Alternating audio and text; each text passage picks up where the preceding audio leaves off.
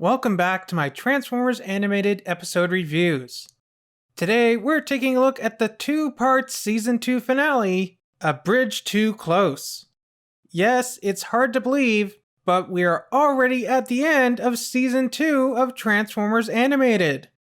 In this episode, the Decepticons finally get their space bridge up and running, so the Autobots must try and stop them before they can conquer Cybertron.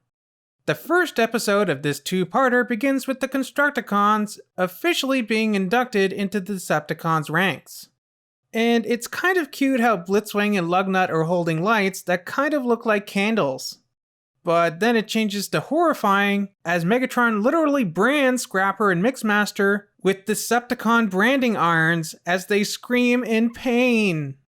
We also see their eye color change from yellow to red when this happens. I wonder what this means. They then try to fire up their new space bridge, but it doesn't work. We then transition to Starscream on the moon, having just completed his latest batch of clones, each one representing a different aspect of Starscream's personality. He's a coward, he's an egomaniac, he's a suck-up, he's a liar! I am not! Yes, thank you, Slipstream. I was just getting to that. Primus, cool your jets. So yes, like Slipstream just said, we are introduced to Skywarp, the coward, Thundercracker, the braggart, Sunstorm, the suck-up, and Ramjet, the compulsive liar. Although none of them are actually named in the show, only through additional fiction. By the way, you never did say which part of Starscream's personality you were, Slipstream. Don't ask. Back on Earth, Bulkhead is practicing his art. And it's so cute. Again, I love how Bulkhead's backpack transforms into a chair for himself. And I love how Bulkhead is exploring different art styles. He's so adorable. Meanwhile, the Decepticons have determined that Bulkhead is apparently a space bridge super genius. And they plot to kidnap him, with Megatron pulling a Godfather. I plan to make him an offer he cannot refuse. But it seems that our mysterious blue speed racer has tapped the Decepticons' feed. Back with the Autobots, the others try to give Bulkhead some advice on his art, but they just end up ruining his original artistic vision. Aww, poor Bulkhead. Bulkhead, where are you going? To find another canvas! This one's ruined. Way to go, guys. I just want them to like my work. But artists are supposed to paint what they feel. You can't worry about what other people think. But while Bulkhead and Sari are on their walk, they are attacked by Megatron, who has Professor Sumdac strapped to his chest. What, does he think that he's the Matrix or something? They are then joined by the Blue Racer, which Bumblebee chases after. So Bulkhead is captured, and the Blue Racer actually turns out to be Blur.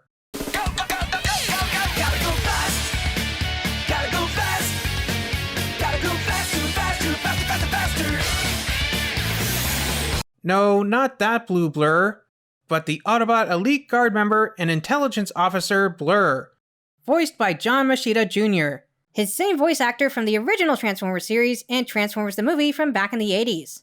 He was no doubt dispatched by Ultra Magnus himself, the leader of the Autobots, to keep an eye on Optimus Prime's team and to help hunt down Decepticons, particularly the double agent who is currently spying on the Autobots from inside the Elite Guard, who we know to be Shockwave, aka Long Arm Prime, Bumblebee and Bulkhead's old buddy from Autobot Boot Camp, or Auto Boot Camp as the episode was called. But obviously the Autobots don't know yet that Shockwave is Long Arm Prime, and is therefore the double agent that they're looking for.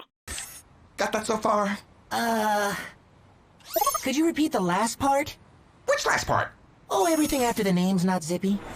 So Megatron is threatening Bulkhead with the Headmaster unit, when Mixmaster refers to him as Megs, which has been a long-time nickname for Megatron used by Transformers fans.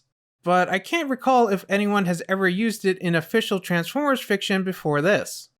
After getting the DL from Blur, the Autobots move into action. Ratchet, head for the ship and try to get him back online one more time. Him? Him who? Starscream and his armada depart from the moon. Well, look who just got to the party! Don't start with me, woman. Start what? Who's starting? The Autobots arrive at the mine, and I'm surprised that Prowl and Bumblebee didn't mention how this was the same mine where they encountered that barnacle monster. Oh well.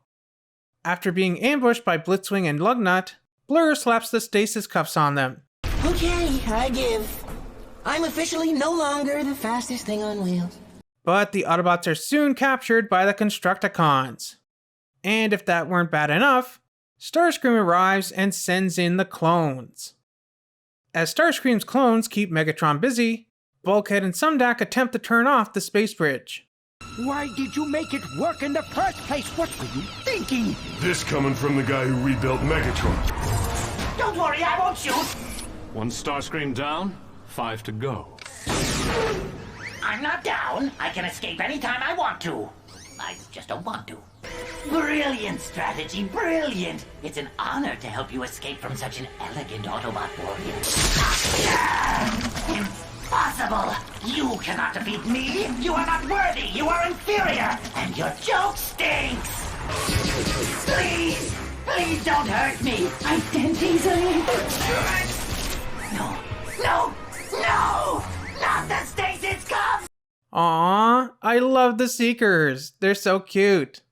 Although, I can see their one-note personalities getting really old really fast. But I especially love Skywarp. He's such a cowardly little baby. I just want to give him a hug. Maybe he could be turned good. Although I feel like him and Thundercracker's personalities should have been swapped. Speaking of which, unfortunately Skywarp and Thundercracker, along with Blur, are sent through the space bridge. And that's it for them in this episode. Well, that's disappointing. It felt like Blur was in this two-parter for 5 minutes before getting shuffled off. Back at the Ark, Ratchet and Sari use the Allspark fragments and her key to jumpstart the ship, revealing that their ship is actually a living bot. It's all right, friend. The wars are over. Did we win? Yeah, we won. Thanks to you. At the space bridge, the Autobots, Decepticons, and Seekers continue to fight. What are you doing? Aim for his slot chamber! Aim for his blast chamber! Don't tell me how to slag Megatron! I was slapping Megatron when you were still a gleam in my smock! And look how well that turned out! But it's completely like you to hide behind an army of cheap knockoffs. Oh, you have no idea how many Starscream knockoffs there have been. By the way, what is it with these episodes recently? In my last Prime review, we took a look at the episode and character Nemesis Prime, who was also described as a clone and a knockoff of the original. Now we have Starscream and his clones in this episode. Maybe it's just that Hasbro or the writers like to reuse similar ideas. So it seems that Starscream has Megatron right where he wants him. Oh, I've been waiting a long time for this. I would have waited an eternity for this. When he is suddenly decapitated by Sumdac in the Headmaster unit. Put your orange, noob. But then Megatron capitalizes on this opportunity to turn the tides against the combat inexperienced Professor. And seeing that the balance of power is shifting, Starscream's clones choose to side with Megatron instead. And I like that Ramjet gives Starscream a little kick, just like Starscream did to Megatron in Transformers the movie. With Starscream's clones on his side and the Autobots captured, Megatron, like a true supervillain, divulges his entire plan to our heroes. I will use this space bridge to transport my Decepticons into the heart of Cybertron and take over the entire space bridge network. And Shockwave reveals himself to be the double agent. So, Wasp wasn't a double agent? Which means... You sent an innocent bot to the stockade. The Ark finally arrives, and the Decepticons engage. And after much speculation, the Ark finally reveals himself to be Omega Supreme. Cool. What? The Ark is a Transformer? I've never seen that before. Seriously though, where is my Titan-class animated Omega Supreme? We've had a Titan-class G1 Omega, and we've had the G1 Ark as a Transformer, How about some Titan-class figures for characters from other eras, Hasbro? As Omega smashes the Decepticons, Megatron uses the Allspark fragment in Starscream's head to power up the space bridge, causing it to overload. Megatron is sucked into it, and sadly, Omega Supreme sacrifices himself in order to save the other Autobots, and the state of Michigan. The Autobots escape the crumbling mine, though the Constructicons are seemingly buried. But don't worry, we'll see them again in a future episode. And we end this episode with the biggest reveal of all.